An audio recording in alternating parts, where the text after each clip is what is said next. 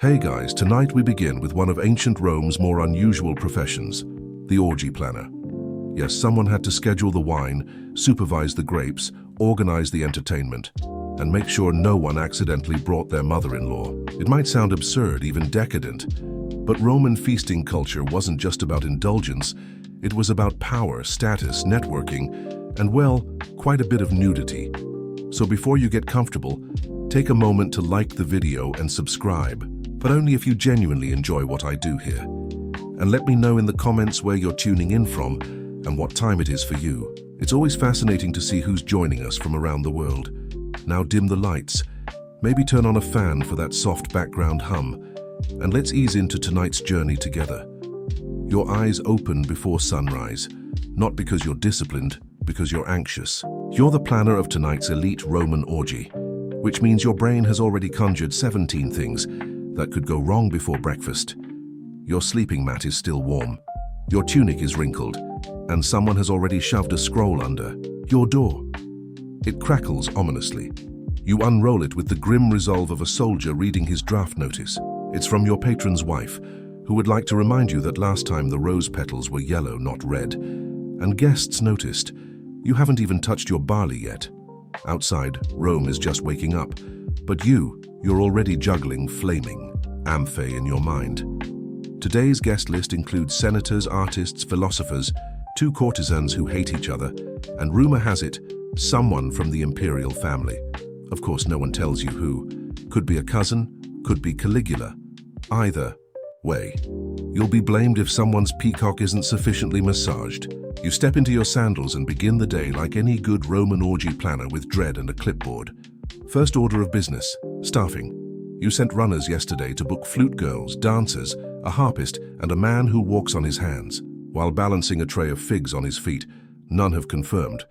You suspect at least 2 are currently drunk in the suburra. Then there's the food. You've requested oysters, honey-roasted dormice, figs, dates, olives, and several questionable meats from the eastern provinces. Everything must arrive fresh, or at least freshish. One bad oyster, and half the forum will be whispering that you poisoned Senator Gas. Oh, and don't forget the cushions. Last time, one of the deans collapsed under a toga-heavy magistrate, and the fallout was political. This time, the couches must be sturdy enough to handle whatever happens on them. And you know exactly what happens on them. The sun is barely up, and you're already sweating into your linen. You take a breath, you remind yourself you are a professional, a maestro of madness, a choreographer of chaos. It's going to be a long day, but the cushions will be fluffed, the wine will be poured, and the guests will never know how close you came to screaming. Not yet, anyway. It's still early, and already you're unrolling a fresh scroll. Today's updated guest list. You read it slowly, bracing for disaster. It's not a seating chart. It's a delicately balanced social powder keg with olives on top. Lucius. Calpurnius Piso is attending. Naturally, he comes to everything and always insists on reclining in the center couch, preferably next to someone else's wife.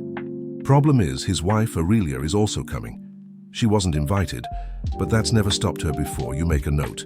Separate couches, separate wine sources, and definitely no harp solos while they're both in the room.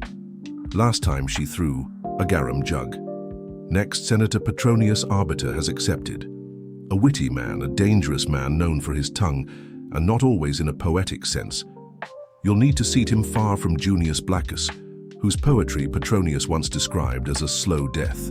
Written in meter, then you spot it. Decianus and 2 guests unnamed. The vagueness is offensive. Could be respected clients, could be gladiators, could be a giraffe in a toga. You write flexible seating West End and move on. Now for the entertainers. 4 flute. Girls, 3 dancers, and the mime twins. That's already one more performer than Lucullus approves of. He considers mimes barbaric. His mistress, however, finds them delightful, and he finds his mistress's approval critical to his reputation. The guest list isn't just a set of names. It's a living map of ancient Roman tension. Politics, power, lust, family feuds, and vendettas, all reclining together on silk-covered couches, drinking from the same communal bowl of wine. And of course, the real terror. Someone important who wasn't invited. You can already hear the whispered accusations. It was intentional, a public insult. I'll never lend him my bath slaves again. You roll up the scroll. You make a new one. You draw arrows, add warnings, circle names. You're not planning a party. You're managing a live diplomatic simulation with aphrodisiacs and roasted dorm. Still, you've done this before. You'll do it again.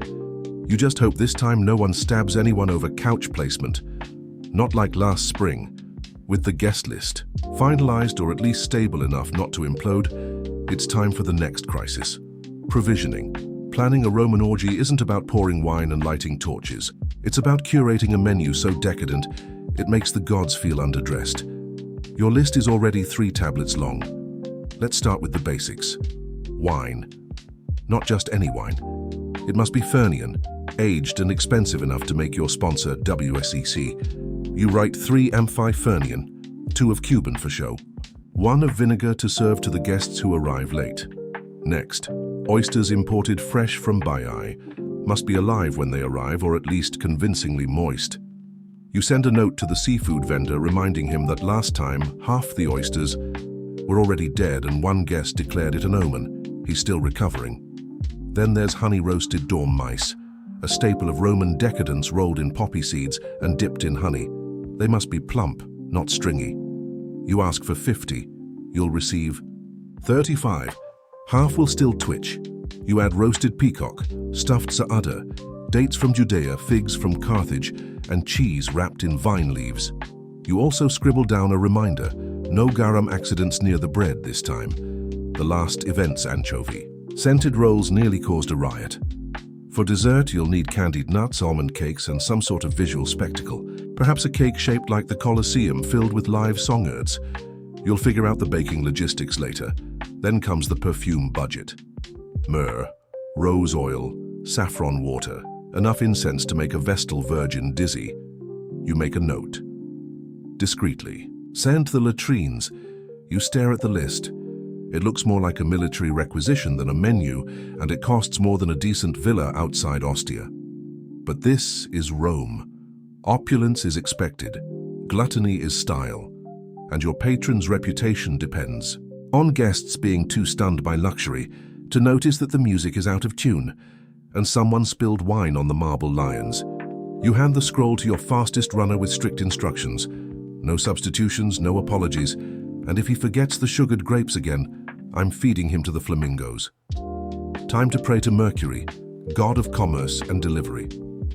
Let's clear something up right away. A vomitorium isn't what you think it is.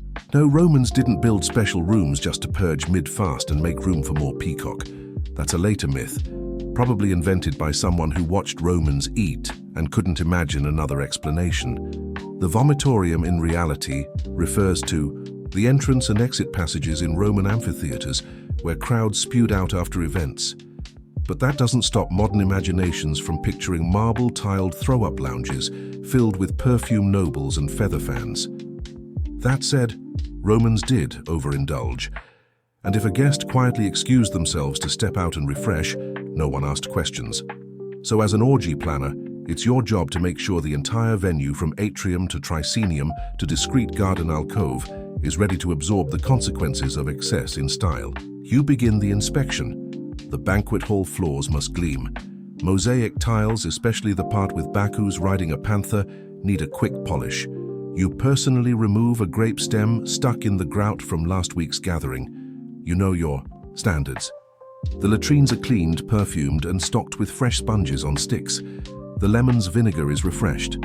A candle burns gently near the doorway, not for light, for dignity. Out in the courtyard, you double-check the fountain. Basins.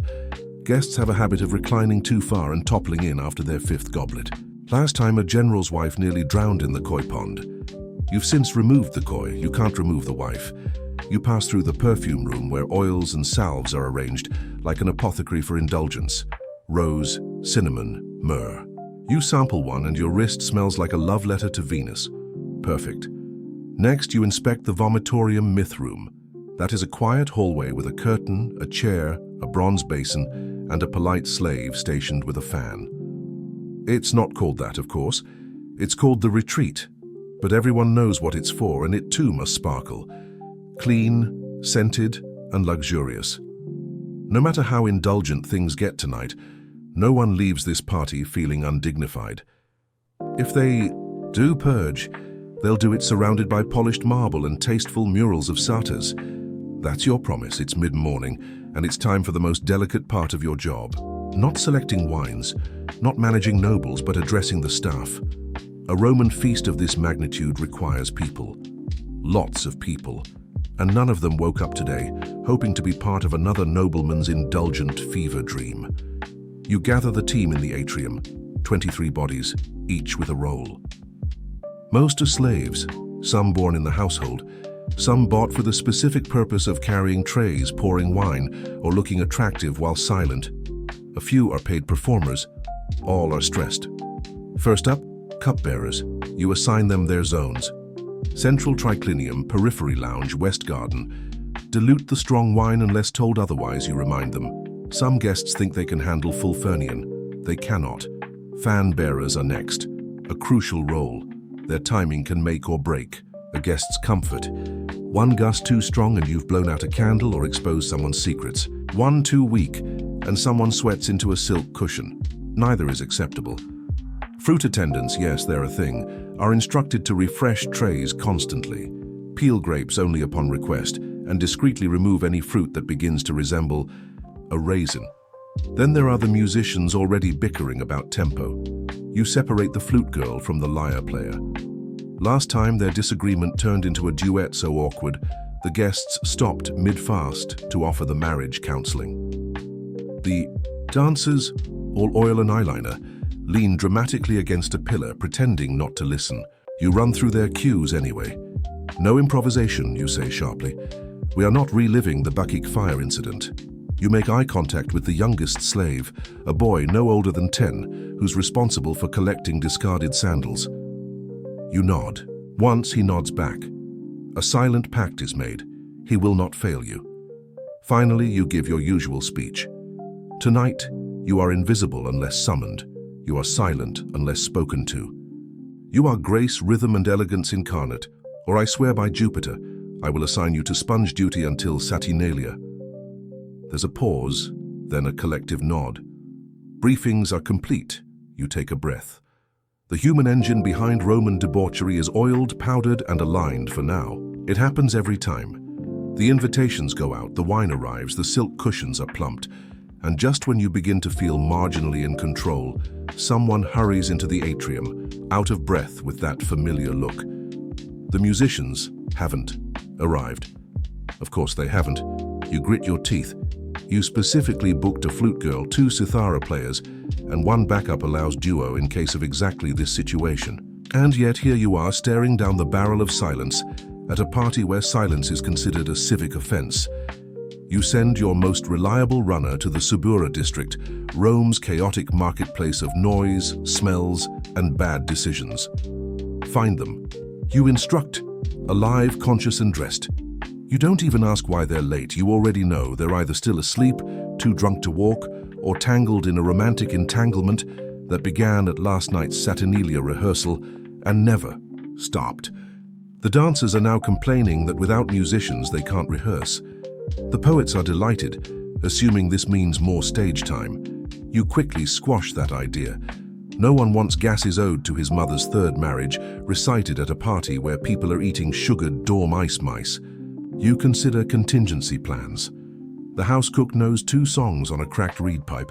A nearby slave has a decent singing voice if kept off the wine. Worst case, you hum in rhythm while someone shakes a jar of lentils. You pray it doesn't come. They know that. Then, like ghosts emerging from incense, the musicians appear, fashionably disheveled, vaguely apologetic, and smelling faintly of spikenard and poor decisions. One of the flute girls is missing a sandal. The other looks as though she's had her heart broken by at least 3 senators. Still, they're here. You assign their stations. 1 in the atrium, 1 near the main dining hall, 1 in the garden for ambience. You stress. No dramatic tempo shifts, no dirges, no impromptu solos, unless someone's actually dying. They nod, sort of. You exhale. Crisis averted. For now. But you keep your eye on the lyre player. He's tuning it slowly, lovingly. Far too lovingly for someone who isn't about to ruin everything with an improvised love ballad. You make a note. Station him near the door. Easy removal. If music is the soul of the party, seating is the strategy. You're not just placing guests on couches. You're navigating rivalries, romances, and enough unspoken tension to collapse a marble villa. The Roman triclinium, the classic 3-couch setup, seats 9, technically comfortably closer to 7. If no one brings their pet leopard, you begin by sketching it all out on a wax tablet, muttering to yourself like a general planning a siege. Center couch, that's where the status goes. The summer's locust, the place of honor, is reserved for the guest of highest rank. Unfortunately, 2 people think they're that person. Senator Piso and Governor Croesus both claim the title by birth, marriage, and sheer self-confidence. You'll need to decide who gets the top spot and who gets mildly poisoned wine. You also need to keep lovers near each other, but not too near unless they're ex-lovers, in which case they must be divided by an entire bowl of olives and someone charming but very boring in between. Then there are the seat fillers. Charming, but forgettable citizens who exist to keep the peace. You place a wealthy equestrian next to a dramatic poet to absorb the impact. The equestrian won't understand the poem, and the poet will love the attention. It's a symbiotic arrangement. You assign courtesans to strategic locations near the lonely, the rich, or the recently divorced. You also assign 2 of them to the west side, not because it matters, but because it will bother Aurelia, and she needs something to complain about other than the wine temperature. Of course, you leave room for unpredictability. Someone will arrive uninvited. Someone will switch seats to make a statement. Someone will spill wine and demand a full reshuffling. You leave a few empty cushions. Plausible deniability, last-minute flexibility, and a place for the poet to sulk if needed. With the seating plan finished, you admire your work like a sculptor. Regarding his marble, knowing full well someone will hit it with a hammer before sunset, you roll up the scroll and hand it off with this instruction: place name tags in wax. And for the love of Jupiter, don't let anyone switch them. You know, they will, but at least you tried. If the orgy is a performance, the kitchen is the backstage arena, and it smells like fire, figs, and utter panic. By mid-afternoon, the entire household is a choreography of controlled culinary chaos. The main cook, a former naval cook turned domestic warlord, is already shouting at a terrified assistant over the proper stuffing ratio for roasted dorm mice. You hear the words, "Honey, poppy seeds, and I will personally throw you into the Tiber." Excellent, everything's on schedule. The main attraction tonight, peacock, roasted whole, feathers reapplied for dramatic flair. It looks magnificent, tastes like shoe leather, and is mostly served so rich guests can brag about chewing something that had once strutted like a diva. The kitchen is also prepping a pig, which has been stuffed with live birds. Yes, that's a real thing. You roast the pig, slice it open at the table, and surprise doves fly out. It's impressive, unsettling, and only mildly traumatic for the doves. Platters of figs, dates, and honey cakes line the counters. A pastry shaped like the Colosseum is being glazed.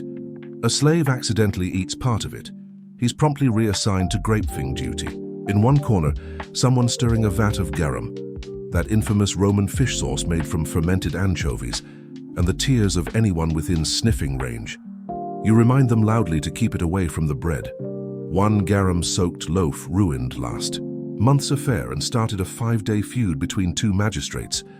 Meanwhile, the wine storage is being arranged, Amphi-Fernian for the main guests, cheaper vintages for those who won't know the difference. You make sure the amphu are labeled subtly. You've been burned before, literally by an angry console with a sensitive palate. Every corner of the kitchen hums with tension, platters being polished, sauces reduced, meats larded, and pastry horns, filled with mystery. You're everywhere at once, sniffing, tasting, directing. You're not just managing a meal, you're managing an edible spectacle that's expected to impress, intoxicate, and survive, being hurled during an argument. As you walk past the oven, the head cook barks. If anyone drops another dormouse, I'm feeding them to the peacock. You nod. Things are going well. You'd think selecting a scent would be easy, but in ancient Rome, perfume is a statement, and tonight's orgy is no place for amateur alactory choices. The guests won't just taste and see opulence. They need to smell it. The air must reek of wealth, temptation, and the kind of confidence only achievable by people who bathe in imported rose oil. So you descend into the storage chamber, where tiny alabaster jars line the shelves like sacred relics. Myrrh from Arabia, cinnamon oil from Ceylon, saffron from Cilicia, and an experimental blend called Essence of Nile Lotus, which smells like an expensive pond. You've sniffed everyone twice. You begin composing the fragrance strategy like a battle plan. The atrium will smell of citrus and cedarwood, sharp, fresh, a clean opening note. The main tricenium, that's for heavier scents. Myrrh, frankincense, a touch of musk. It should whisper, you might make a mistake tonight, and that's okay. The private gardener loves, where secrets will be exchanged and toggers will be strategically misplaced. Get the seductive blend. Rose, cinnamon, and just enough spikenard to make someone faint if they stand too close. Then there's the perfumed oils for guests' hands and feet. You assign an attendant to warm them slightly. No one wants cold oil. Cold oil is for barbarians. Warm oil is for seduction and good lighting. And yes, you've scented the latrines too. You're not a barbarian either. You instruct your staff, don't overscent. We want luxury, not suffocation. If a senator walks in and blames the smell for his nosebleed, we've gone too far. One of the dancers requests a personal scent, something hypnotic. You give her a blend so potent it once caused a minor riot during a Saturnalia feast. You warn her. She smiles. She'll use it anyway. You walk through the halls, trailing your nose like a trained hound. The atmosphere is beginning to bloom, warm, spiced, opulent. A perfumed breeze wafts through the tenium like a whispered secret. You nod. This is what indulgence smells like. Scented, lit, and fully armed with aroma. The house is nearly ready to receive its guests. All it needs now is chaos. It's late afternoon, the air smells of warm citrus, roasted meat, and very expensive decisions. You've assigned every task, threatened everyone necessary, and bribed the harpist to stay sober until at least dessert. Now comes the moment of truth, the final walkthrough. You start at the entrance where oil lamps are being lit one by one. They flicker gently across polished marble, casting a golden glow that says, "You're not poor, not tonight." A flower boy sprinkles fresh petals at the threshold. You remind him not to overdo it. Last time someone slipped on lavender and sued into the atrium. The bronze fountains are running. Grapes are pyramided in absurdly impractical displays. Pillows have been beaten, fluffed, and positioned with unnatural symmetry. You move one slightly to make it look less staged. It's important that decadence feels effortless, even if it's taken 32 hours and 2 minor breakdowns to achieve. Next, the tricenium, the main event space. Tables are low, recliners are perfectly angled. Each cushion has been dusted, perfumed, and strategically rotated to hide any wine stains from last month's senator's birthday disaster. You do a bounce test, soft enough to comfort, firm enough to survive. Activity. You inspect the tableware. Silver goblets, bronze platters, blown glass amphorae. Bread is artfully arranged. Cheese is sweating slightly, but you decide it adds authenticity. You quietly remove a beetle from a fig. No one saw. It never happened. In the gardener loves, the lighting is soft and ambiguous, just dim enough to be flattering, just bright enough to avoid accidents involving potted plants and dignity. A servant fans incense. The effect is ethereal. You pause and let yourself enjoy it briefly. You spot a small detail, a flower out of place. You fix it. Another, a curtain that's not quite even. You adjust it. A final check. You inhale deeply. You listen. You walk through the space like a guest. It's beautiful, ridiculous, excessive, perfect. You sigh. For a moment, you let yourself believe it's all under control. Then, someone rushes in. The guest of honor has arrived early, and he brought 3 extra wives. Of course he did. You smile tightly, straighten your tunic, and step into the fray. The first knock is not so much a knock as it is a dramatic thump followed by laughter. You take a breath. Here we go. The door opens. A slave pulls back the curtain, with just enough flourish to impress but not overshadow. Your first guest, Lucius Calpurnius Piso, strolls in like he owns the place, despite not paying for any of it. He smells of strong wine, ambition, and imported. Cologne that cost more than a soldier's annual wage. He greets you with a grin and a wink. Tonight, my friend, we make Baku's blush. Behind him, a trail of courtesans, a minor poet, and a man carrying a small lyre who may or may not be invited. You decide not to check. Guests begin pouring in. Flowing robes, gold-threaded tunics, embroidered sandals, and expressions of affected boredom. They've all arrived early to show they're important, and they've all had at least one drink to show they're relaxed. You mentally recalibrate the wine rations. A slave offers perfumed towels. Another presents rosewater. One guest refuses both, and instead demands a small amora of something more Dionysian. You give him spiced wine, he calls it intellectual. You don't correct him. The garden fills with murmurs, introductions, judgments, hushed conversations that are somehow louder than actual conversation. Someone's already asked where the flute girls are.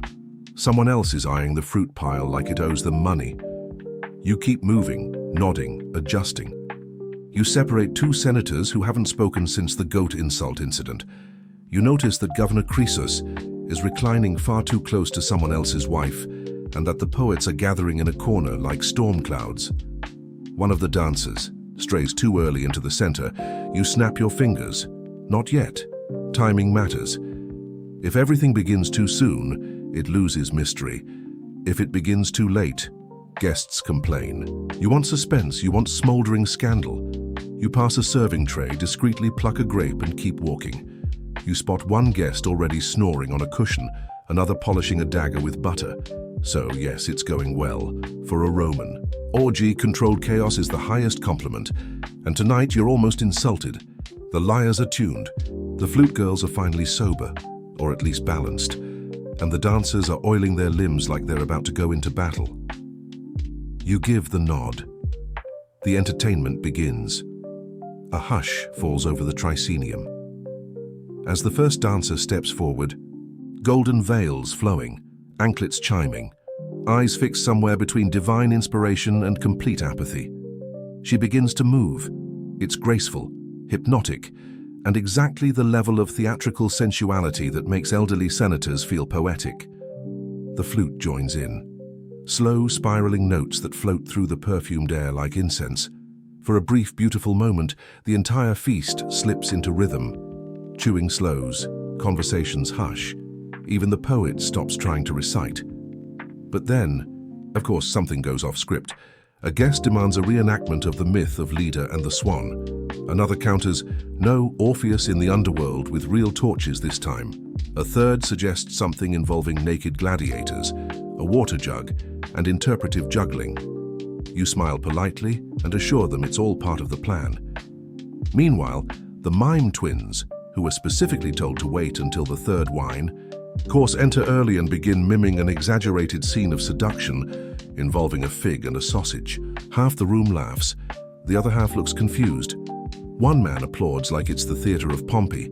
You resist the urge to pour wine directly into your eyes.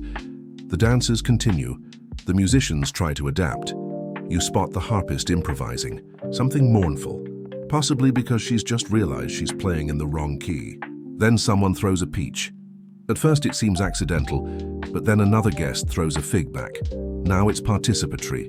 You step in quickly, raise your hand, and declare it a symbolic offering to Bacchus. Everyone cheers. Crisis averted. You make a note to never serve throwable fruit again. The entertainment surges forward. Music, movement, whispers, laughter. A flame dancer performs near the pool. A flute girl stumbles. A guest proposes to a statue. It's chaos. Gorgeous, perfumed theatrical chaos. And this is where you shine. Orgy planner, stage manager, mood wrangler, fig diplomat. You adjust. A lamp, nod to a server, and glide silently through the shadows as if any of this was intentional. By the third course, the wine is no longer being served. It's being war-ripped. The guests, draped across their couches like tipsy gods, are in full bloom, laughing too loudly, flirting too boldly, and forgetting basic facts like who they came with. You've instructed the servers to strategically dilute the wine. Fernion is strong. One amphora can convince a senator to sing poetry or confess to tax fraud. You water down the wine for the ambitious and leave it pure for the already hopeless. It's diplomacy by the jug. The conversations grow less philosophical, more personal. A young patrician loudly compares his wealth to Jupiter's. A merchant brags about owning 3 villas and a camel. A woman in pearls whispers a joke about the emperor's feet. You pretend not to hear. If she gets exiled, you'll miss her. She's great with seating arrangements. Across the hall, a poet is trying to seduce a philosopher using verse that sounds suspiciously plagiarized.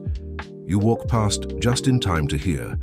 Your eyes are like olives, dark and briny. You do not intervene. Meanwhile, 2 courtesans are locked in a passive-aggressive compliment battle. Each smile is a dagger. Each laugh carries the scent of strategic murder. One gifts the other a fig.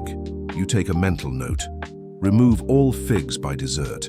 And of course, in the back corner, someone has decided to start a drinking game involving Gladiator trivia. Name 3 famous jewels or drink, someone shouts. A minor senator tries to fake his way through an answer. He's booed. He drinks.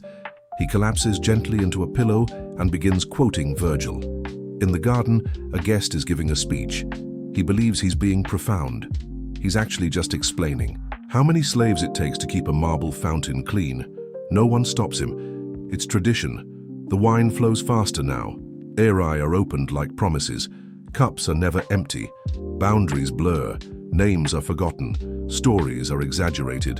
The orgy. Part of the orgy is inching closer. And still you monitor the flow like a seasoned general. You adjust lighting. You slow the music. You stop a guest from drinking perfume. The orgy is heating up. And the scandals, they're just beginning to simmer. By this point in the evening, the party has transitioned from structured decadence to unstructured mythological nonsense. Guests have stopped using names. Titled senators are referring to each other as Apollo, Venus, or that guy with the peacocks. Someone has fashioned a laurel wreath out of table herbs. You spot 3 people in the fountain. One appears to be trying to baptize the others. You decide not to ask. This is the moment where most hosts would panic. But you sip watered. Wine calmly and begin quiet damage control. The Gladiator wrestling reenactment has moved dangerously close to the mosaic of Neptune. You root them gently, offering a tray of dates as distraction. It works. They fall for it, like toddlers with tattoos. You notice 2 guests missing. You find them under the table arguing about stoicism while rubbing each other's feet. You cough discreetly. They nod and pretend to be looking for a lost bracelet. In the west alcove, the flute girl has burst into tears. A guest asked if her instrument was tuned, which she interpreted as a metaphor for something else entirely. You send over the backup lyre player and a complimentary handful of pomegranate seeds. She recovers. In the atrium, a very large man is attempting to seduce a marble bust of Venus. He's whispering sweet nothings and slowly feeding it olives. You send a servant to gently turn the bust away to avoid scandal. The man takes it as a challenge and begins reciting love poetry. You allow it. Frankly, it's better than his earlier conversation about grain tariffs. Someone knocks over a torch. You catch it before it hits the tapestry. You do not flinch. You do not sweat. You are the still center. In a storm of satin, grapes, and moral compromise, you walk the room like a high priest of excess, adjusting, smoothing, redirecting. A hand on a shoulder, a look across the room, a raised brow that says, "Don't throw that goblet, Cass." He puts it down. He knows better. This is your art, your chaos, and you've tamed it just enough, but it's not over yet. You hear the distinct sound of someone riding a wine cart down the hallway. You take another sip. It's almost dawn. Dawn breaks with all the subtlety of a dropped amphora. Sunlight creeps across the marble floors, illuminating the carnage. Overturned goblets, a sandal stuck in a fruit bowl, and a nobleman's sleeping face down in a decorative urn. The oil lamps are sputtering out. The perfume has faded into something resembling regret. You step carefully over a passed-out flute player and begin your final round of damage assessment. The cushions are askew. Several togas are draped across, statues in ways that could qualify as art or evidence. Someone wrote a philosophical limerick on the wall in wine. It doesn't rhyme, but it is surprisingly insightful. You find your way to the tricenium. A pile of olives has been arranged into a crude likeness of the emperor. You consider preserving it, then quietly kick it under the table. The slaves begin the silent ritual of post-orgy cleanup. Wine-stained linens are bundled up, half-eaten. Peacocks are carted off. Incense ashes swept into neat, dignified piles. You give instructions in a hushed voice, as though speaking too loudly might awaken the deeper chaos. You check on the guest list. Everyone accounted for, no deaths. One sprained ankle, 2 spontaneous marriages, one very polite note left by a departing philosopher that simply reads, "Thank you. I've learned things I must never speak of." You make a list titled Debrief. It includes never serve throwable fruit. Do not allow live poetry battles near open flames. Keep Venus statue in storage during future events. Seat Crispus far from anyone with legal representation. Someone groans loudly from under a table. You nod in acknowledgement, but offer no help. The party is over.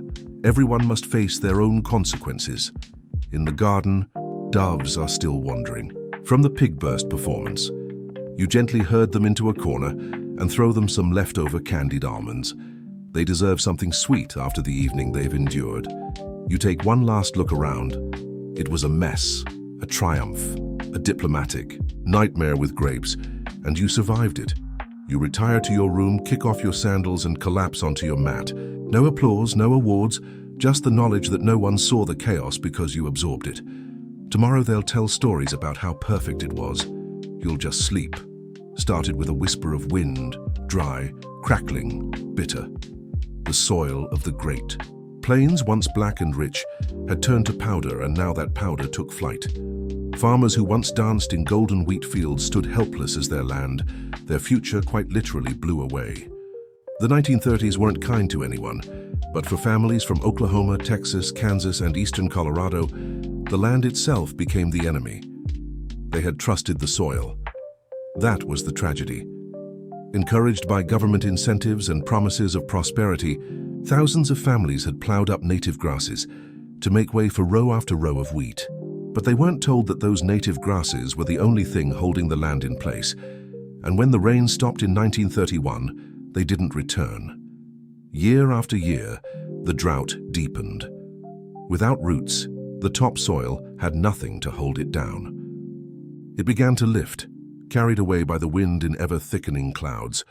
The storms came suddenly. One moment the sky was blue, the next it was black, as if night had fallen in the middle of the day.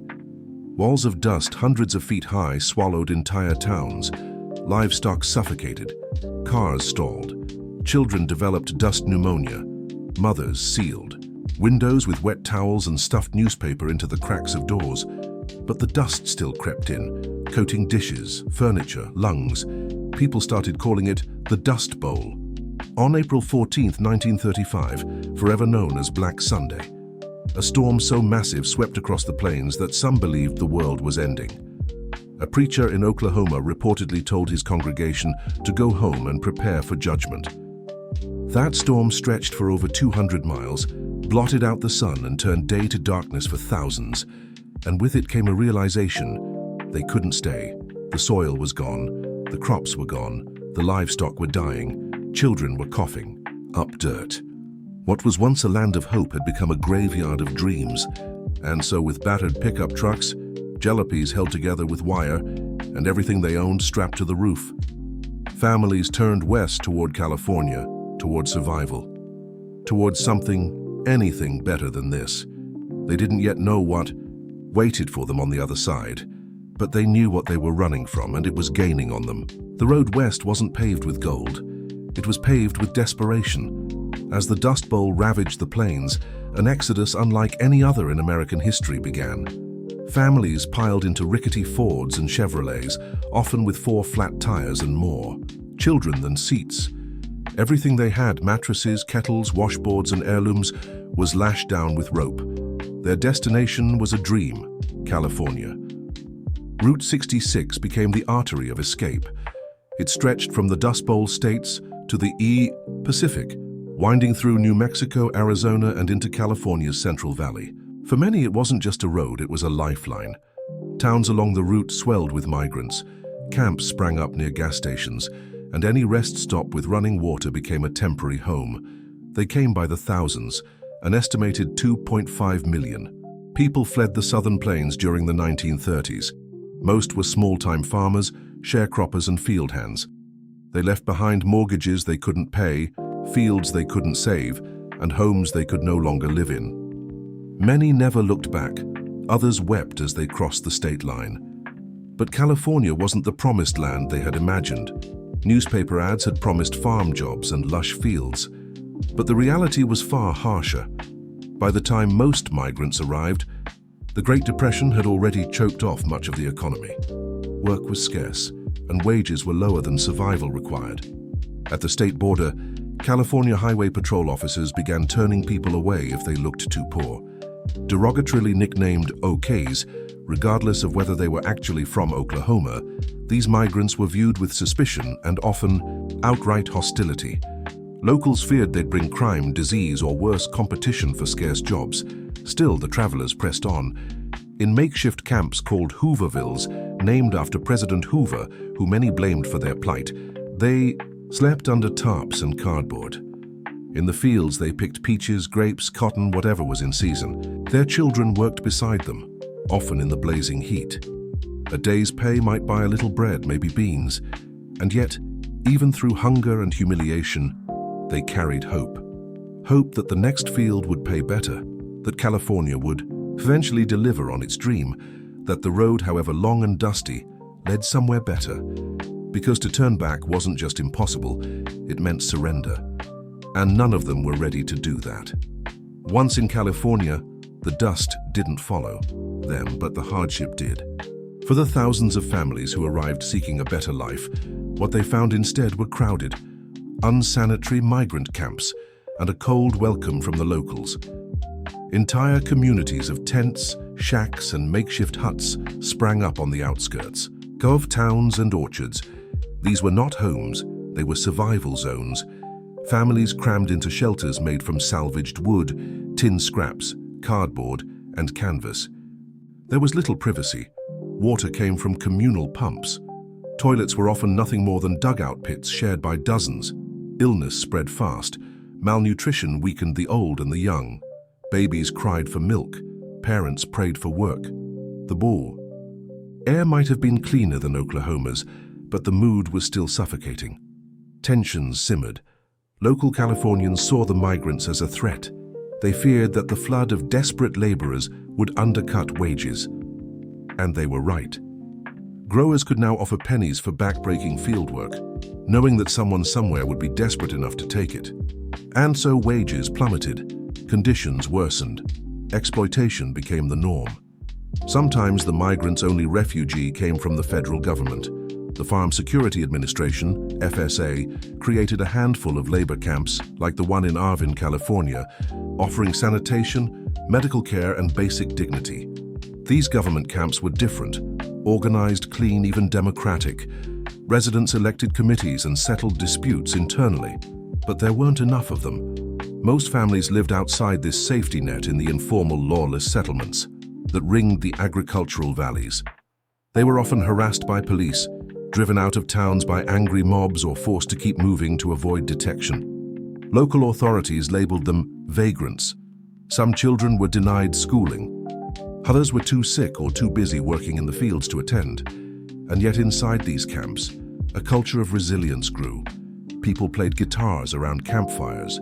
They told stories. They shared food. They sang. Songs like Hard Traveling and Der Riem gave voice to their pain and their perseverance. These weren't just sad ballads, they were anthems of survival. Because even when life stripped them of land, home, and security, they still clung to community. And with community came strength. They were poor, but they were not broken. And slowly, something powerful began to grow amid the hunger: solidarity. For the children of Dust Bowl migrants, childhood was not a time of play. It was a daily exercise in endurance.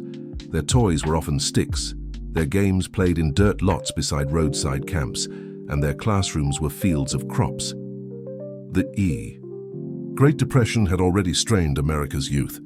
But for these children, poverty came with an extra layer of dust and displacement. They weren't shielded from the struggle, they were part of it.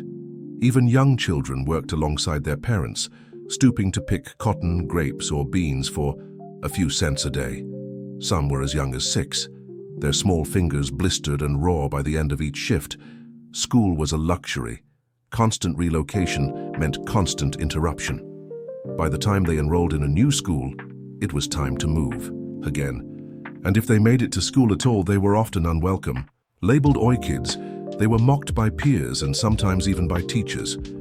Their clothing, patched, sun-bleached, and often shared between siblings, marked them instantly. Their accents, their dust-bitten skin, their silence born of hunger, they all set them apart. Some schools refused to enroll them altogether. Others required them to clean toilets before attending class. Yet amid the adversity, these children developed an uncommon grit. They learned to care for younger siblings while their parents worked. They carried jugs of water to the fields, fixed broken shoes with scraps of rubber, and helped stretch meals, made of beans, cornmeal, and lard.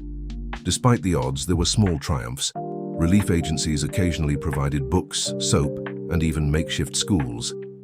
In the rare government camps with stability, children could laugh, read, and learn. If only for a little while. It wasn't much, but for a child who had lived through dust storms, hunger, and homelessness, it was a start. Some grew up to remember these years not just as ones of deprivation, but of togetherness. Families, though poor, were tightly knit. Storytelling, music, and shared chores created bonds that lasted lifetimes. The children might not have had toys or birthdays or summer vacations, but they had one another. And as they grew, many carried that resilience into adulthood, becoming the first in their families to find stable jobs, finish high school, or join the military in the coming war. They were children of dust, yes, but also children of determination. As the Dust Bowl migrants toiled in California's fields and camps, their stories didn't vanish. They transformed into song. Music became both a comfort and a weapon, a way to preserve dignity and protest injustice. When words alone weren't enough, in the rhythm of guitar strings and the verses of folk ballads, the pain, pride, and perseverance of the migrants came alive. Nowhere was this more visible than in the music of Woody Guthrie. A native Oklahoma himself, Guthrie became the voice of the displaced. He traveled alongside migrants, slept in the same camps, and picked in the same fields. What he saw, he sang. His songs weren't abstract. They named real places, real struggles, real heartbreak. Dee Ream, for example, warned hopeful migrants that California wasn't the paradise they had imagined. California is a Garden of Eden, a paradise to live in or see.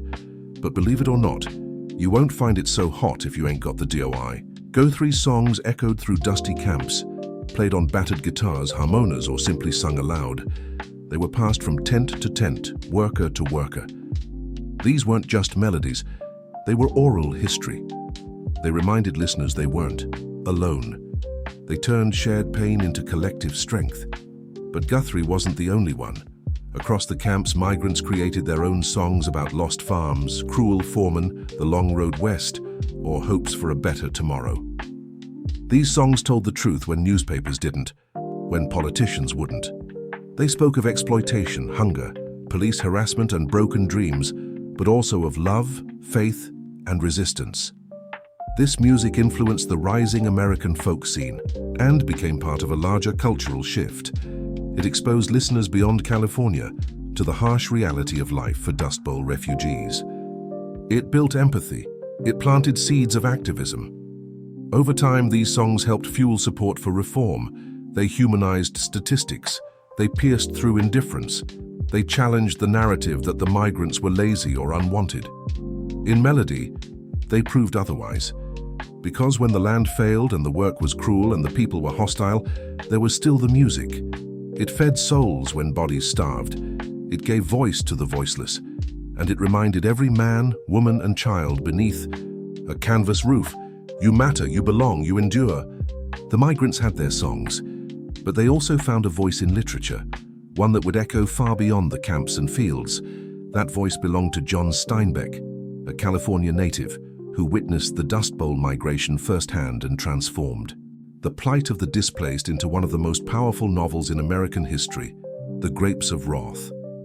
Published in 1939, The Grapes of Wrath followed the fictional Joad family from Oklahoma as they made the harrowing journey west and encountered the brutal realities of migrant life. But while the characters were fictional, their suffering was very real.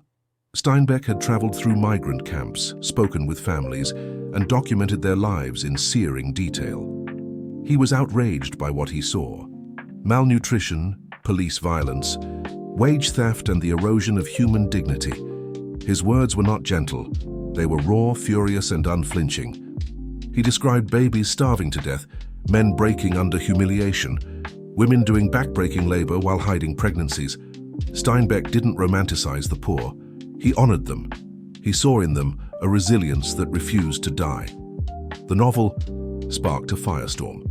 Some called it un-American.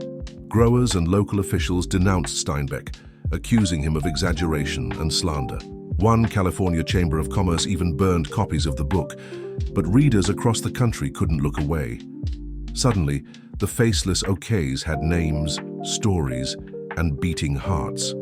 Steinbeck's work did more than raise awareness. It pushed for action. His reporting, combined with the influence of the Grapes of Wrath, helped pressure the federal government to investigate labor abuses and improve conditions for migrants. It brought national attention to a crisis many preferred to ignore, and just as important, it preserved a record. Long after the camps vanished and the winds settled, Steinbeck's story remained. For the children and grandchildren of the dust bowl migrants, it became a touchstone, a proof that what their families endured mattered, that their struggle had been seen. In a time when the poor were expected to suffer silently, the Grapes of Wrath shouted. It demanded that the nation listen, and many did, because sometimes the most powerful form of resistance isn't a protest sign or a song. It's a story. And Steinbeck told it like no one else could. As the Dust Bowl migrants flooded into California and the American public began to grasp the scale of the disaster, the federal government under President Franklin D. Roosevelt was forced to act. The suffering was simply too visible to ignore. Children were starving, camps were overflowing, fields were filled with desperate laborers, and America's image of itself as the land of opportunity was unraveling in real time. Enter the New Deal, Roosevelt's sweeping series of programs designed to rescue the country from the Great Depression. While the New Deal didn't solve every problem migrants faced, it marked a turning point. Agencies like the Resettlement Administration and later the Farm Security Administration, FSA, were created to offer aid, restore dignity, and attempt long-term solutions. The FSA in particular focused on the plight of displaced rural families. It built government-run labor camps in California and other states, structured communities with clean water, toilets, medical care, schools, and even playgrounds. These camps weren't luxurious, but to families who had slept in ditches and roadside tents, they were sanctuaries. Residents elected their own leaders and handled disputes internally, creating some of the only democratic spaces these families had ever known. The camps also became cultural havens. There were libraries, music events, even classes in English, and farming. For many, they were places where a new kind of rural American identity began to take shape, one that valued self-governance, solidarity, and pride. Outside the camps, the New Deal offered jobs through the Works Progress Administration, WPA, and the Civilian Conservation Corps, CCC. Although these were often hard to access for transient migrants, but one of the most lasting contributions came not in dollars but in documentation. Under the FSA's direction, a team of photographers, including Dorothea Lange, was sent to capture the human cost of the crisis. Her haunting photo, Migrant Mother, became an instant symbol of Dust Bowl, terror suffering. It gave the faceless a face, it gave the ignored a voice. Still, not all relief efforts reached everyone. Racism, red tape, and local resistance often excluded the very people who needed help the most. Yet for many families, the New Deal wasn't just a policy, it was a lifeline. It was proof that the government at last was trying to listen. And for once, help came before it was too late. By the late 1930s, many Dust Bowl migrants were no longer just surviving. They were organizing. Years of exploitation, broken promises, and dehumanizing labor conditions had pushed them to a tipping point. What began as quiet grumbling in the fields grew into a movement. A wave of strikes, boycotts, and labor protests swept through California's agricultural valleys as migrants demanded better wages, safer conditions, and basic human dignity. It was a dangerous gamble. Growers were powerful. They had money, political connections, and the police on their side. Striking workers were often arrested, beaten, or run out of town. Some were blacklisted from future employment. Others were attacked by hired enforcers. But despite the risk, the workers stood their ground. Organizations like the Canary and Agricultural Workers Industrial Union and the United Canary Agricultural Packing and Allied Workers of America, UCAPA, began to emerge, offering a rare but essential support system. Though often underfunded and fragmented, these unions helped teach workers how to negotiate, how to protest peacefully, and how to document abuses. For many migrants, especially women, joining a strike wasn't just about money. It was about voice. Mothers marched with children in their arms. Teenage daughters stood beside fathers in picket lines. In some camps, entire families were evicted for trying to unionize, yet the courage remained. In 1933 and 1934, massive cotton strikes broke out across the San Joaquin Valley. Thousands walked off the job, while growers tried to break the momentum. With intimidation and violence, the strike gained national attention. And after long weeks of protest, workers won a modest pay increase, proof that resistance could work. Journalists and writers documented these uprisings. Photographers captured images of tired but defiant pickers. Labor organizers like Luisa Moreno and Dolores Huerta, though their most famous work would come later, stood on the shoulders of these early migrant movements. The Dust Bowl refugees weren't just poor, desperate people. They were political actors, survivors, fighters. Even as their accents marked them as outsiders and their clothes betrayed their poverty, they refused to be silenced. They were no longer just victims of weather and economics. They were now shaping the narrative. In standing up for themselves, they began to change not just their own lives, but the future of labor in America. And their fight was just beginning. By the early 1940s, the worst of the Dust Bowl had passed. Rain finally returned to the plains. The economy, bolstered by the demands of World War II, began to recover. Many migrant families who had once wandered from field to field found permanent homes, steady work, and a fragile sense of normalcy. But the migration had already left a deep, irreversible mark on American society, culturally, politically, and emotionally. The children who once picked fruit under a blazing sun grew up to serve in the military, attend college through the GI Bill, and raise families of their own. Some became farmers again, this time with greater respect for conservation and the land. Others moved to cities like Los Angeles and Bakersfield, laying the foundation for working-class neighborhoods that still exist today. Culturally, the Dust Bowl migration reshaped California. Once seen as outsiders, Ocs gradually became part of the fabric of the state. Their music, language, and values blended with local traditions, giving rise to new genres like the Bakersfield sound in country music, made famous by artists like Merle Haggard himself, the son of migrants. The pain and pride of those years never vanished. They just found new ways to speak. In literature, The Grapes of Wrath became a permanent fixture on American bookshelves, a reminder of both the nation's cruelty and its capacity for compassion. In politics, the Dust Bowl era helped fuel the labor rights movement, land conservation efforts, and broader awareness of the need for a social safety net. The lessons weren't just historical, they were environmental. The Dust Bowl taught America the danger of abusing the land. Soil conservation districts were established, farming techniques were reformed, and ecological stewardship became a national conversation. The wounds left by reckless agriculture were deep but not forgotten, and perhaps the most enduring legacy was that of resilience. These migrants had faced nature's wrath, economic collapse, hunger, and hate.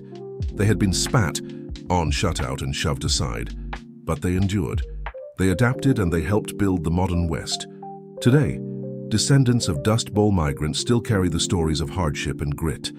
In dusty family albums, in old camp photos, in the chords of a Guthrie song, they remember because the Dust Bowl wasn't just a disaster. It was a defining chapter of American identity. One written in dust, yes, but also in determination. Imagine a world with no paper, no books, no Google, just memory and voice. That was the reality for nearly all human societies for most of our existence. Long before alphabets were carved into stone or ink flowed onto parchment, knowledge was preserved in stories, songs, and spoken rituals. Oral tradition wasn't just a method of sharing information. It was the primary engine of civilization itself. In these societies, memory was a sacred duty. Stories weren't told for entertainment alone. They were the vessels of identity, law, morality, and survival. Elders passed on creation myths, ancestral lineages, laws, customs, and taboos. Farmers learned planting cycles from seasonal chants. Hunters remembered terrain through rhythmic recitations. Parents taught children life lessons through fables and parables. Everything essential, who we are, where we come from, how to live, was carried in the voice. Because there was no written backup, accuracy mattered. Oral cultures developed sophisticated memory techniques to preserve knowledge. Rhythm, rhyme, meter, repetition. These weren't stylistic choices. They were mnemonic devices. Stories had structure for a reason. Chants and epics were designed to be unforgettable, and they had to be. In a world where the past lived only in minds and mouths, forgetting wasn't just a lapse, it was a cultural crisis. But oral tradition was never static.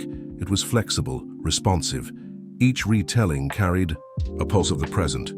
A storyteller might adjust a tale for a new audience, or shift emphasis depending on context. This made oral knowledge both enduring and adaptable. A living, breathing archive. It wasn't stored on dusty shelves. It walked, talked, danced, and sang. Storytellers themselves held immense social power. In many cultures, they were revered. They weren't just performers.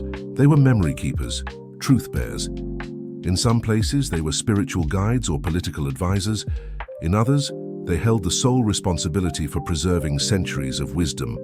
Losing a master storyteller could mean losing a nation's history.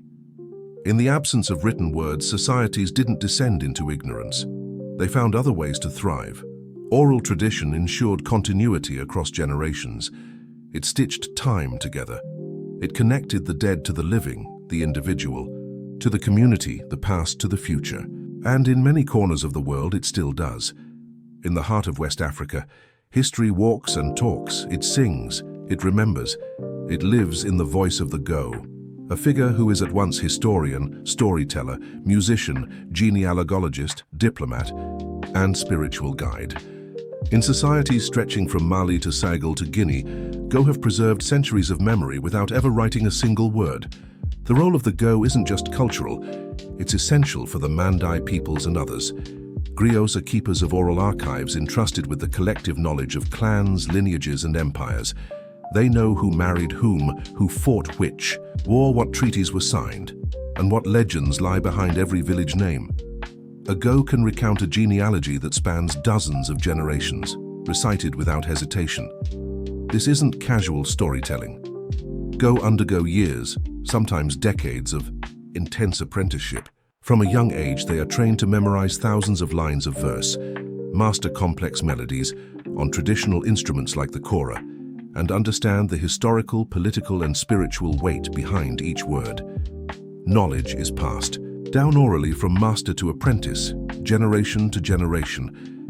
Griots often serve at royal courts advising kings and chiefs. When a ruler makes a major decision, whether to go to war, marry into a rival clan, or forge an alliance, it's the Go who offers historical precedent, reminding leaders of past mistakes or ancient promises. In this sense, Go are not only entertainers but moral anchors. Their role helps ensure continuity, legitimacy, and wisdom in leadership. Even today in the digital age, Go remain influential. They perform at weddings, funerals, naming ceremonies, and national events. Their stories remind communities of who they are and what they've overcome. Griots hold power through voice, an ability to preserve unity and identity across centuries of change. When colonialism threatened to erase African history by disregarding oral sources, Go stood as a living rebuke.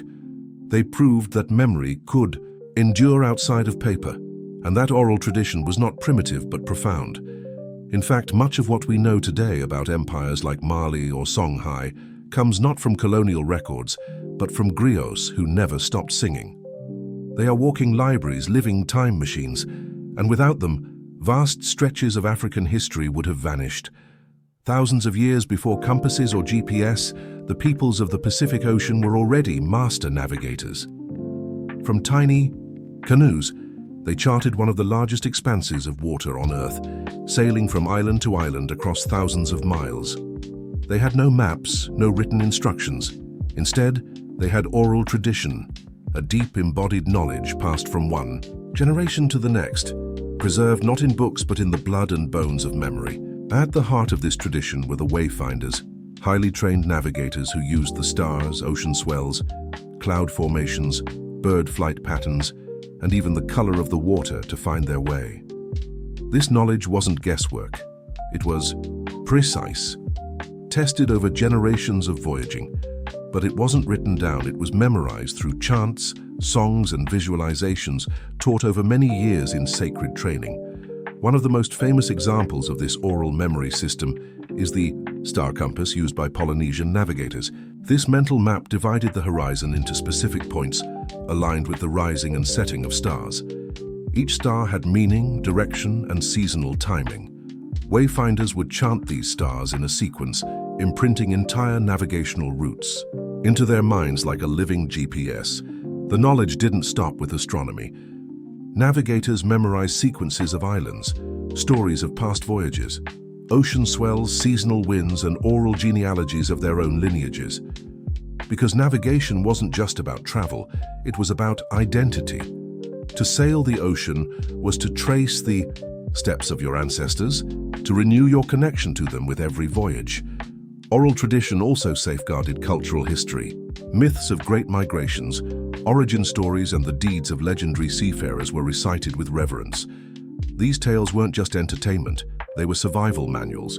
They told when and where to travel, where fresh water could be found, what reefs to avoid, and what omens to heed.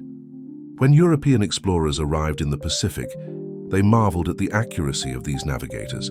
Some dismissed their knowledge as luck or instinct. But centuries later, modern researchers began to rediscover the immense cognitive sophistication behind it. Today, Polynesian voyaging societies are reviving these oral traditions, training new generations in the art of wayfinding without technology.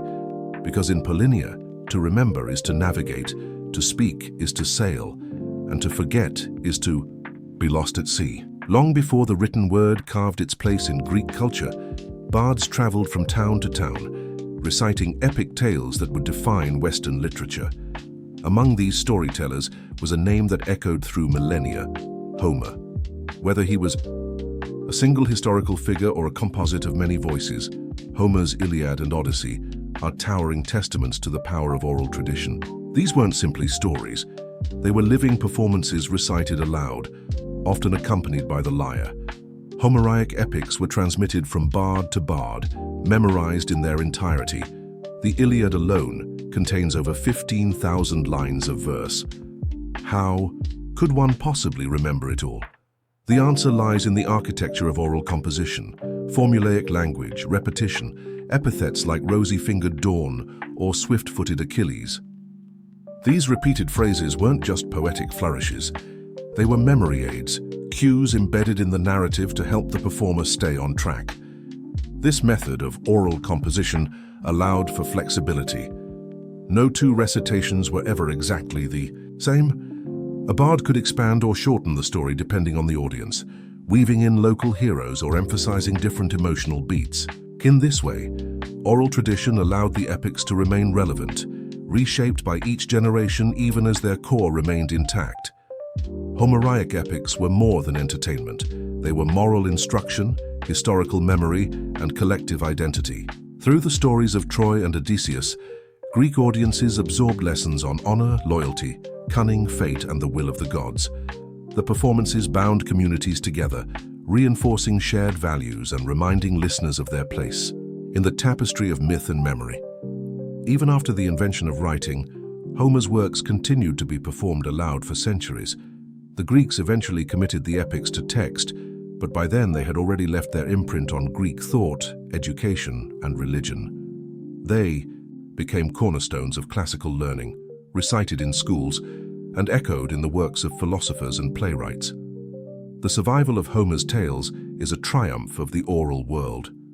They weren't etched in stone, yet they endured longer than many civilizations. They remind us that human memory, when nurtured and structured, can rival the permanence of books. Because in ancient Greece, to recite Homer wasn't just to tell a story, it was to hold history in your breath. Long before European contact, the indigenous peoples of North America had built rich, complex civilizations without the use of written language. Their histories, laws, cosmologies, and scientific knowledge were preserved entirely through oral tradition. For these communities, spoken word was not merely a method of communication, it was a sacred force. Stories were not just told, they were shared, passed like ceremonial objects with reverence and responsibility. Each nation, whether the Ho'onosi, Lakota, Navajo, or Hopi, had its own oral systems suited to its landscape, cosmology, and social structure. Creation stories explained not just how the world began, but how humans were meant to live within it. Animal fables taught values like respect, courage, and humility. Historical narratives preserved records of migration, warfare, treaties, and contact with outsiders. These stories were often told during winter, when families gathered in long houses or around fire circles, reinforcing identity and kinship. The storytellers, often elders or spiritual leaders, were chosen not just for their memory but for their integrity. They had to be exact. Embellishment wasn't encouraged unless it served a ritual purpose. Many stories had strict patterns, sacred sequences, and proper openings. A story mistold wasn't just inaccurate, it was disrespectful. Beyond history and myth, oral tradition also preserved practical knowledge. Indigenous fire ecology, agricultural systems, astronomical tracking, and herbal medicine were passed orally across centuries. The knowledge of when to plant, where to hunt, how to interpret the stars, or what plants healed wounds. This wasn't written in manuals. It was spoken from elder to youth, often in the form of story, song, or ceremony. Even diplomacy was rooted in oral memory.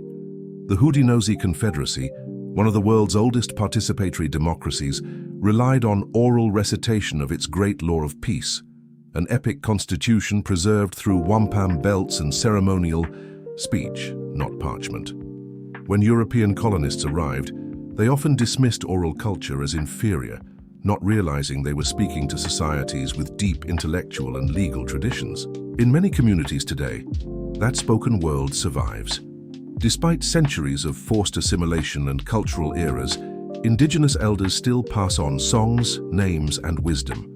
Some tribes are revitalizing endangered languages by reviving storytelling. Ceremonies, knowing that when language dies, stories die too. But as long as a voice remains, memory survives, and through it, nations endure. Long before holy books were bound in leather and placed on altars, the sacred moved through speech. In nearly every major religious tradition, the earliest teachings were carried not on scrolls, but in the human voice, recited, memorized, and preserved by devoted followers. Oral tradition wasn't just a method of communication in these faiths, it was the very vehicle of revelation. Take Hinduism, one of the oldest continuous religions on earth. The Vedas, Hinduism's foundational texts, were transmitted orally for centuries before being written down. Sanskrit priests known as pandits or brahmins were trained from childhood to memorize vast volumes of text down to every syllable and intonation. The Vedas weren't just words, they were sounds believed to hold cosmic power. Accuracy was essential. Mispronunciation could distort the spiritual effect. And so oral recitation was treated with precision, rhythm, and reverence. In Islam, the Quran is considered by believers to be the literal word of God as revealed to the Prophet Muhammad. Not written, but recited. Even today, millions of Muslims memorize the Quran in its entirety, a practice known as becoming a Hiz. The oral tradition here isn't a supplement to the text. It's central. The melodic cadence of Quranic recitation, passed from teacher to student, sustains spiritual meaning, and connects the listener to centuries of unbroken transmission. Christianity also began as an oral tradition. The stories of Jesus, the parables, the early miracles, they were shared aloud in gatherings before the Gospels were ever written. Early Christian preachers traveled from village to village, speaking to crowds, debating, converting. Even after the New Testament was compiled, most congregants couldn't read. Faith was still heard, not read. Psalms were sung, sermons were preached. Scripture lived in ears before eyes. In Judaism, oral tradition forms the backbone of rabbinic teaching. The Mishnah and Talmud, key texts of Jewish law and interpretation, were initially preserved through complex oral chains of transmission. Rabbis debated and discussed teachings aloud, often committing thousands of lines to memory before anything was committed to ink. Across faiths, oral tradition ensured that the divine remained living, dynamic, spoken and sung. Even today, believers continue these practices. Scripture is chanted, prayers are recited, mantras are whispered. Because for the faithful, the sacred isn't just what's written, it's what's heard. It's what's remembered, and it lives in the human breath. Long before modern courtrooms and printed legal codes, communities across the world upheld complex systems of law through oral tradition. Justice wasn't dispensed by reading from a book. It was spoken, memorized, and performed.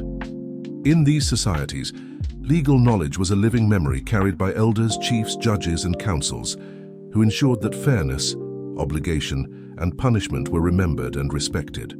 Among the Gaelic Browns of Ireland, justice was entirely oral for centuries. The Bryan Laws, a detailed and intricate set of legal principles governing everything from land disputes to honor debts, were transmitted by trained legal scholars who memorized thousands of verses and precedents. These judges didn't carry books. They carried legacy. They recited decisions with precise language, referencing past judgments, and using poetic form to aid memory and preserve consistency. In Sub-Sahara and Africa, many societies relied on elders and councils to enact justice through oral systems. In the Igbo, Zulu, or Ashanti traditions, legal matters were resolved in public gatherings, where testimony was spoken, witnesses recounted events, and judgments were issued through consensus. The absence of writing didn't mean a lack of structure. Memory was the law, elders were the archives, and the spoken word held full authority. Similarly, indigenous communities in North America used oral justice systems to resolve conflict and maintain harmony. The Hudinos Confederacy relied on condolence ceremonies and consensus-based decision-making, guided by the Great Law of Peace. A constitution transmitted orally and reinforced through wampum belts, beaded mnemonic tools. Laws were often embedded in stories, myths, and metaphors, reinforcing values like reciprocity, respect, and responsibility. These oral systems were not rigid. They were adaptable. They could evolve with changing times, incorporating new realities without needing to revise written codes. This flexibility made oral law dynamic, deeply embedded in community life, and often more restorative than punitive. When colonial powers imposed written legal systems, many oral law traditions were dismissed as primitive or inferior, but they were anything but. They were community-centered, historically informed, and designed to maintain social balance, not merely enforce state power. Today, some of these oral legal systems are being revived and honored. In places like New Zealand and Canada, traditional justice models are being integrated into formal systems, not because they're quaint, but because they work. Because in oral law, justice isn't something you read, it's something you hear, something you remember, and something your whole community understands. At the heart of every oral tradition lies a human being, the storyteller. More than just a narrator, the storyteller is a performer, a teacher, and a guardian of cultural memory. Whether standing before a royal court or sitting by a village fire, they use voice, gesture, rhythm, and emotion to transform memory into living experience. In oral societies, storytelling isn't just an act. It's an art form with structure, training, and purpose. Memory is the storyteller's greatest tool, but this isn't memory as most people know it. Storytellers often train from childhood, absorbing tales word for word, Gesture for gesture, tone for tone. They learn through apprenticeship, listening to masters for years before ever telling a story themselves. Precision matters. The wrong detail can twist a sacred myth or misrepresent a lineage, and yet flexibility is also part of the craft. A master storyteller knows how to adjust timing, tone, or content to suit different audiences, moments, or emotional atmospheres. Across cultures, performance is central. In Japan, rakugo performers sit on stage with only a fan and a cloth, bringing entire casts of characters to life through changes in pitch, facial expression, and timing. In India, the Kathakal tradition combines dance, mime, and song to retell ancient epics like the Mahabharata. In West Africa, go use instruments like the kora to accompany their recitations, turning history into melody. Storytelling, then, isn't static. It's theater with memory as its script. The audience is never passive. In oral cultures, storytelling is communal. Listeners gasp, laugh, respond. They know the tales but come to hear them again, for how they're told matters as much as what is told. A familiar myth can feel new, fresh, even revelatory, depending on the teller's skill. Importantly, storytelling is not entertainment alone. It's education, history, ritual, lore, and survival. A story may teach a child what plants are poisonous. It may encode directions across a desert or rules about kinship and taboo. Often the lesson is buried in metaphor, understood only with maturity. The storyteller is thus a cultural cornerstone. When they speak, they echo generations. They don't just remember the past, they embody it. Because in oral tradition, memory doesn't live in books, it lives in people. And when they speak, entire civilizations speak with them. In a world ruled by screens, algorithms, and cloud storage, it might seem like oral tradition has faded into the background. But in truth, it's not dying, it's evolving. The digital age, far from erasing spoken heritage, has given it new platforms, new audiences, and new power. Memory, voice, and story are once again central, not just in ancient rituals, but in podcasts, spoken word poetry, voice notes, and viral videos.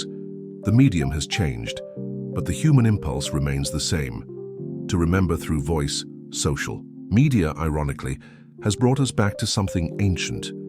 TikTok creators tell modern parables in 60 seconds. YouTubers revive myths and folk tales for millions. Podcasts have become the new campfires where people gather through headphones, instead of hearths, to hear stories that move, teach, or entertain. And in many indigenous and marginalized communities, digital tools are now being used to record elders, revive languages, and archive oral history before it's lost. Technology is also empowering cultures once ignored. Smartphone recordings of grandmothers telling ancestral stories or children learning tribal songs are being shared across continents. Entire archives of oral knowledge are now stored online, searchable and shareable. What was once locked in a single storyteller's memory can now be accessed by thousands with the press of a button. Yet this raises important questions. What happens when oral tradition is frozen into a digital file? Can a recorded story carry the same energy, nuance, or spiritual weight as a live performance? Will future generations still know how to listen, respond, and feel a story in their bones, not just their ears? The digital world gives oral tradition permanence, but also detaches it from the living exchange that once defined it. A story told face-to-face carries gestures, emotion, silence, and community. It is shaped by the mood of the room, the age of the listener, the time of night. Can a story still breathe in a digital archive? The answer may lie in balance. Oral tradition doesn't have to vanish in the face of modernity. It can blend with it. Podcasts can preserve memory. Live-streamed storytelling can unite global audiences. What matters is not the format, but the intention. Because as long as people speak and others listen, oral tradition survives, not as a relic, but as a living bridge between past and future. And its next chapter is being written with voice, not ink. More. Tucked deep within Egypt's western desert, beyond dunes that roll like waves and sun-bleached rocks that shimmer under a brutal sun, lies the Sewa Oasis, a place of improbable life and ancient mystery. Surrounded on all sides by arid desolation, Sewa is a mirage made real. Cool freshwater springs, groves of date palms and olive trees where there should be none. But its true claim to fame is not its beauty or its isolation, it's the divine voice that once echoed from its sands. Here at this remote outpost near the borderlands of Egypt and Libya stood the temple of the Oracle of Amun, a sacred sanctuary dedicated to one of Egypt's highest gods. Amun wasn't just a deity of the Nile. His influence extended across empires, merging with the sun god Ra to become Amun-Ra, the king of the gods. But Siwa's oracle wasn't just a religious outpost, it was a spiritual beacon, a place where men came not to worship blindly, but to ask questions of fate and receive answers. Unlike the colossal temples of Thebes or Karach, the temple of Amun at Siwa was modest in size, built from limestone and mud brick, weathered by centuries of heat and wind. Its strength lay in silence and secrecy. The temple was nestled within the town's sandstone cliffs, overlooking the vast sweep of the desert. It felt less like a monument and more like a whisper from the divine, hidden, intimate, powerful. The oracle at Sewa was said to speak through the high priest in trances or ritualistic ceremonies, delivering answers from Amun himself. Those allowed to approach the shrine brought questions of war, succession, and identity. Not just common folk, but pharaohs and conquerors journeyed across the blistering sands, seeking a glimpse of their destiny. What made Siwa different was not just its isolation, it was its independence. Though nominally part of Egypt, the oasis existed in its own rhythm. Its inhabitants spoke a Berber dialect. Its priests were not mere tools of the state. They guarded the oracle with fierce autonomy. The desert itself was a barrier, both literal and spiritual. To reach Sewa was a test of resolve, but to hear the oracle's voice was to receive something few ever did: certainty from the gods, or so it was believed. The oracle of Sewa wasn't like other oracles. It didn't dwell in the bustling cities of Egypt or the rich temples of the Nile Valley. It existed in silence, surrounded by nothing but dunes and the haunting wind. This isolation gave it mystique and power. People believed that only in such stillness could the gods be heard. The rituals of the oracle were cloaked in secrecy. The high priest, acting as the mouthpiece of Amun, would retreat into the inner sanctum where only a select few were ever permitted. There, in a chamber heavy with incense and guarded by thick stone walls, he would enter a Tur-like state, his voice said to carry the weight of divine wisdom. Questions were asked in hushed tones. Answers, once delivered, were obeyed without challenge. The answers themselves were often cryptic, cloaked in ambiguity, yet full of meaning. Like the Greek oracle at Delhi, the oracle of Sewa rarely spoke in direct terms. Its power lay in suggestion, in offering direction without dictating fate. But unlike Delelfi, the Sewan oracle was also deeply intertwined with Egyptian religious cosmology. It wasn't merely a seer, it was a channel of a god who was also king.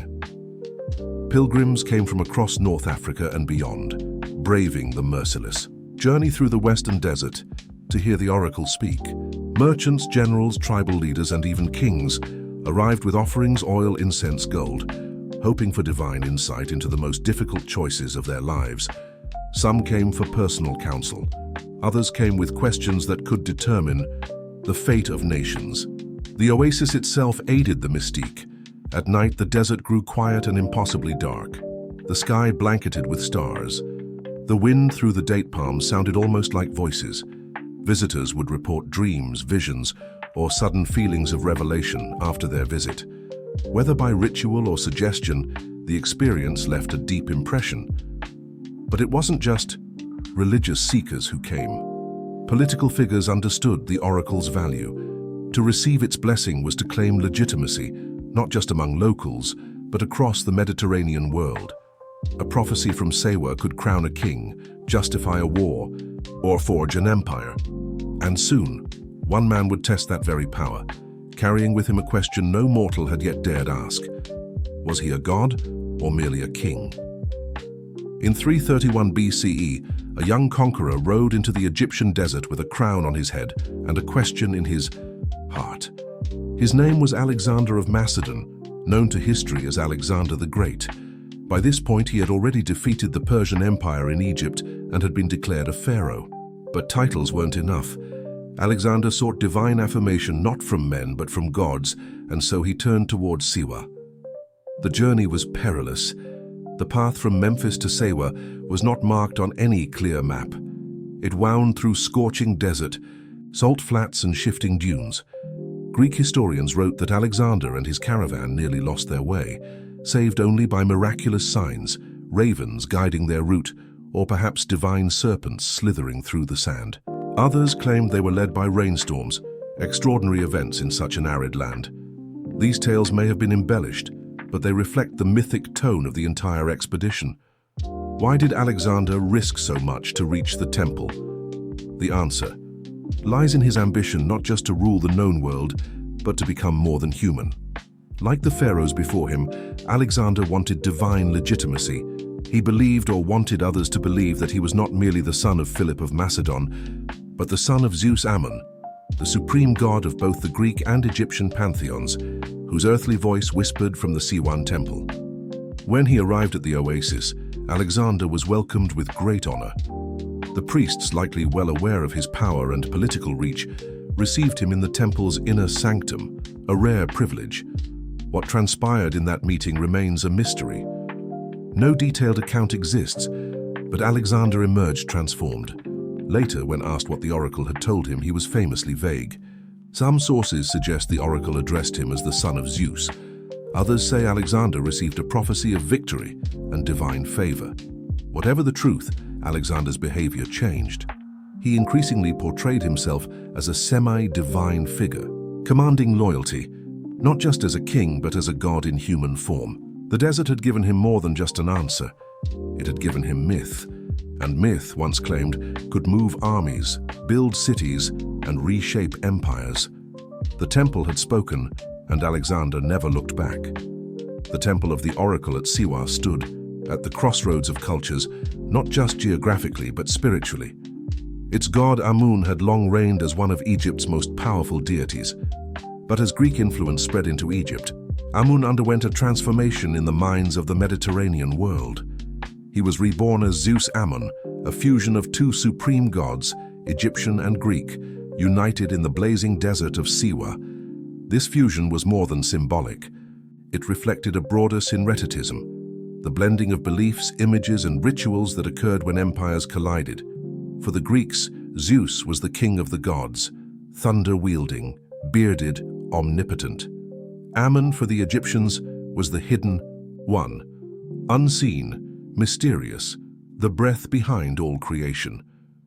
He was often depicted with a ram's horns, symbols of virility, power, and divine presence. When Greeks encountered Ammon, they recognized a familiar authority and gave him the name Zeus. Ammon? At Siwa, this blended identity took on extraordinary weight. The priests there were Egyptian, trained in ancient rites, yet their fame reached the Hellenistic world. For visiting Greeks like Alexander the Great, the oracle of Zeus Ammon represented not only a divine voice, but a bridge between civilizations. If Alexander could be declared the son of Zeus Ammon, he could rule both Greeks and Egyptians with a single divine lineage. The imagery followed him. Coins minted during his reign began to show Alexander adorned with ram's horns, a direct reference to Zeus Ammon and his divine paternity. This wasn't a stylistic flourish, it was a political message. Alexander wasn't just endorsed by the gods, he was of the gods. This claim helped unify a vast empire where religion was as much a tool of rule as sword or law. Zeus Ammon's cult spread beyond Siwa. Temples were built or rebranded in his name across North Africa, Greece, and even parts of Asia. Pilgrims continued to make the trek to Siwa, drawn by the mystique of a god who was both familiar and foreign, both Greek and Egyptian. The temple had become more than a shrine. It was a cosmic junction where empires, gods, and destinies met. In the echo of its oracle, one could hear the voice not of a single culture but of a world in transformation. And in that transformation, Zeus Ammon reigned supreme. Unlike the towering pylons of Luxor or the sprawling avenues of Karnak, the temple of the oracle at Siwa was modest in scale but monumental in meaning. Built into the limestone cliffs of the Ari Hill, the structure blended seamlessly into its desert surroundings, almost as if it had emerged from the rock itself. But this wasn't a flaw of grandeur, it was a choice. The temple's power came not from its size, but from its secrecy. Approaching the temple, pilgrims would pass through, winding pathways and narrow gates, ascending toward a sanctuary carved into the hill. The complex included a forecourt, a small hall, and finally the Holy of Holies, the inner chamber where the oracle's voice was said to reside. This final space was off-limits to all but the high priest and select individuals like Alexander. Its simplicity concealed its sanctity. There were no grand statues or golden shrines, only silence and the unseen presence of a god. The temple's design served a purpose: to disorient and humble. The tight corridors and sharp angles forced visitors to slow down, to lower their heads, to move with caution and reverence. In the desert, where vastness and exposure ruled, the temple offered enclosure and stillness. Light barely entered the sanctuary. Incense would have hung heavy in the air. Echoes turned whispers into something otherworldly. Scholars believe the temple may have had roof openings or vents to carry the priest's voice into adjoining rooms, heightening the drama of the oracle's declarations. From the shadows, a god would speak, and listeners would feel awe, not because of what they saw, but what they heard. The architecture wasn't just functional, it was ritualistic theater. Surrounding the temple were other structures: priests' quarters, ritual pools, and sacred gardens fed by natural springs. Even in this arid land, Siwa was blessed with water, adding to the belief that the oasis itself was touched by divine hands. From this sacred hill, one could see the dunes stretching endlessly, a reminder of the temple's isolation and importance. This was not a place for crowds. It was a place for pilgrims, prophets, and kings, a space designed not to impress the eyes, but to stir the soul. And in that still, cloistered chamber, the future could be whispered from stone.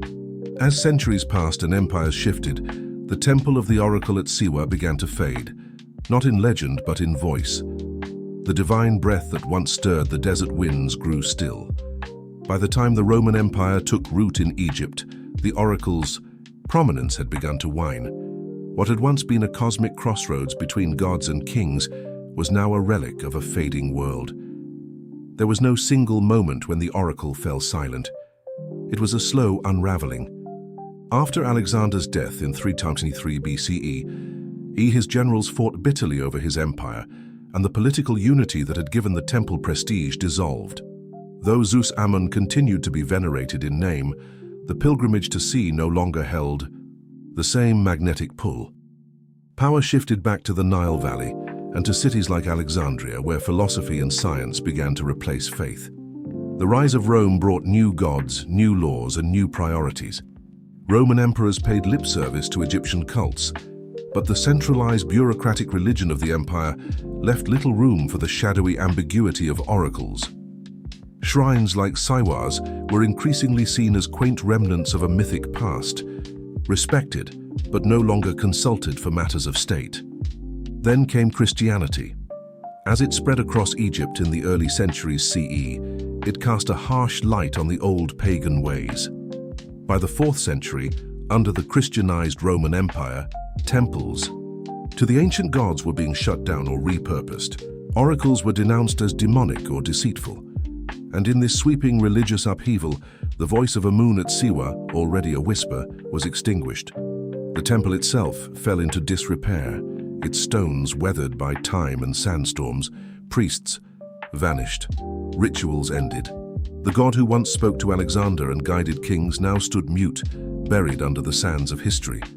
Travelers still visited, curious about its legacy, but found only silence and ruins. And yet, the story didn't vanish. Siwa became legend, a place spoken of in hushed tones by scholars and dreamers. The temple may have lost its oracle, but it had gained something else: mystery. In silence, the temple became immortal. Not in prophecy, but in memory. Not in sound, but in stone. For centuries, the temple of the oracle at Siwa lay hidden from the wider world, buried not under rubble, but under forgetfulness. The oasis remained inhabited, its people living in quiet continuity. But the once sacred temple was no longer a place of pilgrimage, its walls weathered under relentless desert winds, Its legends, though still told among locals, had faded from global memory. That began to change in the 18th and 19th centuries when European explorers and scholars swept up in a wave of curiosity about ancient Egypt, turned their attention to the western desert. Saywa was difficult to reach, its isolation protected by harsh terrain and weary tribes. But in 1792, the first documented European, an Englishman named William George Brown, braved the journey. Others followed, drawn by rumors of a lost oracle, visited by Alexander the Great. By the early 20th century, archaeologists and historians began surveying the ruins in earnest. The Akeri Hill complex was identified as the likely site of the Temple of Amun. Though modest in size, the structure matched descriptions from ancient texts. A central chamber, thick defensive walls, and its vantage point over the surrounding oasis. The temple wasn't grand, but it was exactly where history said it would be. Excavations were limited and cautious. The site had suffered erosion, but some stonework and inscriptions remained. Fragmentary as it was, the architecture spoke volumes. A stone altar, traces of columns, rooms aligned with celestial bodies. Each clue confirmed that this windswept ruin had once held the ear of kings and gods. More than archaeology, it was the mythology of Saywa that drew fascination. The idea that Alexander had stood here alone in a desert sanctuary, hearing words that would change empires, captured the imagination of generations. Poets, historians, and travelers romanticized the journey, blending fact and legend into a timeless narrative. Today, visitors still come to Saywa not to consult an oracle, but to feel the echo of its silence. The temple, though worn, remains standing. Its stones are sun-bleached, its walls crumbling, but the air around it still hums with something ancient, something unresolved. Ruins don't need voices to speak. They speak through presence, through mystery. And in Saywa, the stones remember what the world once forgot. Though the temple no longer speaks with the voice of gods, the oasis of Saywa still breathes with life, culture, and memory. Far from being a forgotten outpost, Saywa remains a vibrant, living community, its people guardians of a heritage that stretches back millennia. The oracle may be silent, but the traditions it once inspired still ripple through the town's language, rituals and rhythms. Saywans speak a distinct Berber dialect known as Siwi, unique in Egypt and a testament to the oasis's ancient roots. Oral storytelling remains vital, just as it did in the days of the oracle. Elders pass down myths, family histories and local legends, blending Islamic faith with pre-Islamic customs in subtle ways. Many Saywans still recount tales of Alexander's visit, not from books, but from memory. The architecture of Saywa also preserves echoes of the past. Traditional mud brick buildings, cool in the searing desert heat, line the town, and the ruined fortress of Chari, built from salt and clay, still towers over the oasis like a ghost of another age. The design of these structures reflects a continuity of form and function that has resisted change for centuries. Saywa's sacred geography remains powerful. Nearby springs and pools are still venerated. Cleopatra's Pool, a natural spring believed to have been used by the famous queen herself, remains a popular spot for both locals and visitors. Rituals tied to fertility, harvest, and healing still occur, many layered with Islamic prayers, but rooted in older traditions. Even marriage festivals like the annual celebration at Gabel Dakur preserve elements of Saywa's spiritual past. Families gather, songs echo, and matches are made. Not unlike the ancient gatherings once held at the temple where people sought guidance, not only for war and kingship, but for life itself. In the modern age, Saywa has become a quiet pilgrimage site of a different kind for prophecy, but for peace. Travelers seeking escape from the noise of modernity come here to walk the palm groves, soak in the desert silence, and reflect on a time when God spoke from stone. Saywa reminds us that history is not only found in books or beneath the ground. It lives in people, in custom, in memory, and through them the oracle still murmurs, not in thunder but in whispers. The temple of the oracle at Saywa may no longer stand in its full glory, but its legacy endures in myth, in memory, and in the minds of those who seek meaning beyond what is written. For centuries, its voice guided kings and comforted pilgrims. Its silence today only deepens its mystique. Few places in the ancient world held such a profound air of sacred uncertainty, a space where questions were heavier than answers and silence could feel divine. Siwa's oracle lives on not in revived rituals, but in the stories we continue to tell. Alexander the Great's visit remains one of history's most compelling crossroads, a mortal man surrounded by sand, seeking to confirm that he was more than human. Whether the oracle truly declared him a god or merely allowed him to believe, the outcome was the same. Destiny was shaped. The enduring fascination with Siwa comes from this fusion of history and myth. It asks us timeless questions. Can men become gods? Can destiny be revealed? Does the voice of truth ever speak plainly or only in riddles? And, perhaps most importantly, do we still listen for those whispers? Modern seekers visit the ruins not with questions of empire or conquest, but for clarity, for stillness, for presence. The desert remains vast and unmoved, the temple crumbling but magnetic. The same sun that scorched Alexander's caravan now warms curious travelers. The same silence that once surrounded the Holy of Holies still envelops the broken walls. Siwa invites reflection, not because it gives answers, but because it has always honored the asking. The oracle, like all ancient voices, was never about fortune-telling. It was about direction, affirmation, possibility. The journey across the sands was never just a physical trial, it was a ritual of transformation. You didn't just arrive at the temple, you became someone else along the way. Today, as we face our own deserts of meaning, identity, and purpose, perhaps the oracle still has something to offer. Not a booming voice from the past, but a quiet suggestion in the mind. Who are you really? And what are you becoming? The temple is dust, the voice is gone, but the question remains, and that perhaps was always the true prophecy.